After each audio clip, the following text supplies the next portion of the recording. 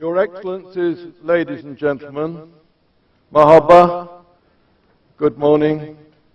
It's a great honor and privilege for me to be here talking to you this morning. I first came to Kuwait in 2002, and you may say, well, by now you should have learnt Arabic. Well, I'm very sorry, but it's a great credit to you. You speak such excellent English. I've never really had to learn Arabic, so I apologize for that. So I hope you'll cope with me in English. What I'm going to talk about this morning is diversification, what politicians tend to think when they think about diversification. I'm going to say a bit about what tourism means, or what I think it means, a little about the opportunity that tourism represents, a few words about our neighbours in the GCC, and my ideas about what I think Kuwait should do. So what do politicians tend to think about when they think about diversification? Well, one of their key themes is they think about making things. It's a funny thing. It happens in my country. In my country, the United Kingdom, it's very difficult to get politicians to think about tourism. They tend to think about making things. This picture happens to be a petrochemicals plastics factory. Or they think about this, which is making cars. Or they think about this, which is actually the wings of all Airbus aircraft are made in Wales in the United Kingdom. So your A330 Kuwait Airways, the wings are made in the UK, which of course we are proud. But that's what politicians tend to think about. So if there's a problem with the closure of a factory, they tend to think about it and worry about it. But actually, if you look at these pictures, if you look at them carefully, you'll see there are hardly any people in them. Because increasingly manufacturing doesn't employ people. It's machines. The cars were made by machines. They were not made by people. If you look at this wings factory, there are not many people, are there? And you're trying to create jobs. So I think that's why tourism matters, because tourism is a labour-intensive business. It does actually create jobs. And what are we talking about when we talk about tourism? Well, we all know we're talking about planes and trains and ships and ports. And we're talking about seaside and holiday resorts, and of course this one's in Kuwait. That's what people think about. But tourism also means other things. It means shopping, retailing. It means going to the cinema. If you come from Riyadh, it may mean going to the cinema in Kuwait. It means cultural heritage, museums, and these wonderful heritage you have on Failaka. Please blow a bit, because it's a fantastic potential you have in Kuwait. So tourism is much more than just beaches. It's also about meetings, conferences, exhibitions. This picture happens to be a conference in Kuwait, but you don't have enough of them. You could have a lot more of them. Your golf competitors are doing more about attracting meetings, exhibitions and events, and so can you. There's absolutely no reason why you can't have more meetings, conferences and events. And you can attract more sports events. This sports event in the picture was held in Kuwait. You can have more of them. My country, United Kingdom, is very good at developing. We're trying to develop new sports events all the time, and they produce large amounts of income to the UK. London Marathon, many of them. But tourism doesn't stop there. It can also include things like foreign language teaching. Why not expand the growth of teaching Arabic to foreigners? You see, people like me do actually need to learn Arabic, because you can tell I need to learn Arabic. Why not more of it? In the UK, we make a lot of money out of people coming to the UK to learn English.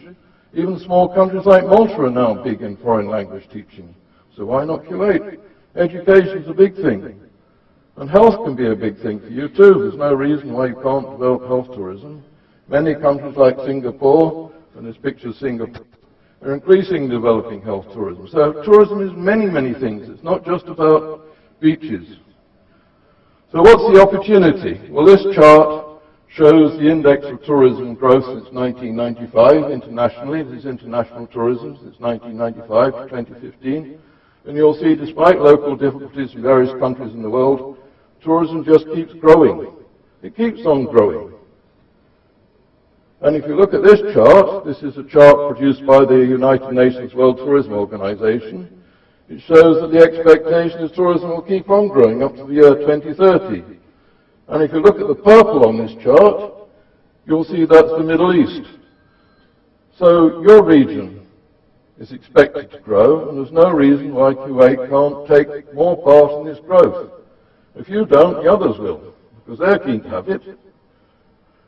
So what are our GCC neighbours doing? Well, 4 of them have set up tourism authorities. Abu Dhabi has one, Qatar has one, Bahrain has its Exhibition and Tourism Authority, and your near neighbour, Saudi Arabia, has its Supreme Commission for Tourism and Cultural Heritage. So there's 4 countries which have thought it worthwhile to develop tourism authorities of one kind or another. Dubai has not done it, but then Dubai is doing pretty well anyway, and it's within the Department of Commerce. But Oman doesn't have a tourism authority, but it does have a dedicated ministry. So all of your GCC neighbours are thinking hard about tourism. And tourism is a complicated business, there's no doubt about it. You need collaboration between the public and the private sector. You need collaboration within government, and that's one reason why you need a lead agency. And if you want to know how it's done, think about Singapore, because Singapore does all these things right. Has public-private cooperation, has cooperation with government. And for me as a tourism expert, Singapore is very depressing, because I can't think of anything they could do better, because they're doing it right. You can do it right too.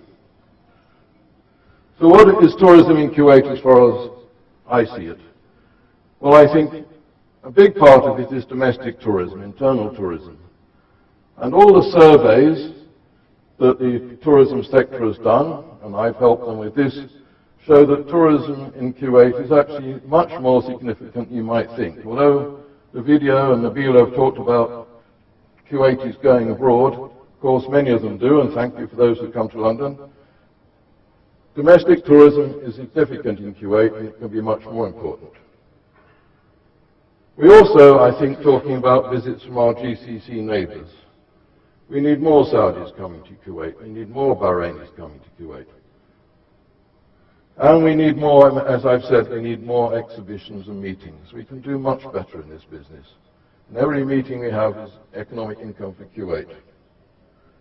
So why do we want to do tourism? I suggest, as a foreigner looking at Kuwait, I think tourism has got a serious role to play in diversification. I do think what Nabila has just said is right. I think it can generate more jobs for Kuwaiti nationals. And don't just think about hotels. It isn't just about hotels, it's many things. As I've tried to say, tourism is a big, wider range of activities than just hotels. So there are jobs that Kuwaitis really can do in tourism. And if you grow the business, you've got more jobs for Kuwaitis. I think as the video tried to indicate, you can improve the quality of life. The more visitors you get, the more money you have to develop new attractions and activities to Kuwait, because every visitor helps bring income to pay for new attractions. And you're a fairly small market, so if you get foreigners to come and help pay for things, you can have more things. And as the video indicated, I think you can enhance the image of Kuwait abroad. So I think there are some very good reasons for trying harder to develop tourism. What should we do? Well, in 2005, we finished the National Tourism Master Plan for Kuwait. Nabila, tourism sector, the ministry, ourselves. It's pretty valid still. Some things are a bit out of date, planning things are a bit out of date, but the basic thrust of it is still valid. I don't think you need to waste more money on doing it all over again. You just need to get on with it. What do I think you should do? Well, I think you should focus on a small number of actions and do them well. Don't try and do too many things at once, that's always a mistake. Try and do a small number of things well. And I do think you'd be well advised to establish a National Tourism Authority. I'm not talking about a big grand thing like they have in Saudi Arabia, where you go from office to office and more and more vice president. A small, lean organization, maybe 20 or 30 dedicated tourism professionals, can really help you get tourism on the map in Kuwait. That's my humble opinion. So apart from establishing the Tourism Authority, what else should we do? Well, I've put 5 ideas in mind on this slide. I think we should have a high-level public-private tourism task force, is what I've called it, with a dedicated secretariat. And I've done this in other countries, and it tends to work well, provided the top people turn up every time, and you meet, say, every quarter, and every quarter you give yourselves tasks that each of you are going to do by the next quarter, and then you come back and say what you've done. And then you give yourselves real objectives, and if you really work hard, you can do things. So that's my first suggestion. Secondly, I think you should improve the visitor welcome. And I'm not going to bore you with all the things I think you can do, but I think there are a lot of small things you can do. Not expensive, but you can, by coordinating between different agencies, improve the visitor welcome. Whether it's arriving at the airport, whether it's arriving by car on the land border, lots of little things you can do.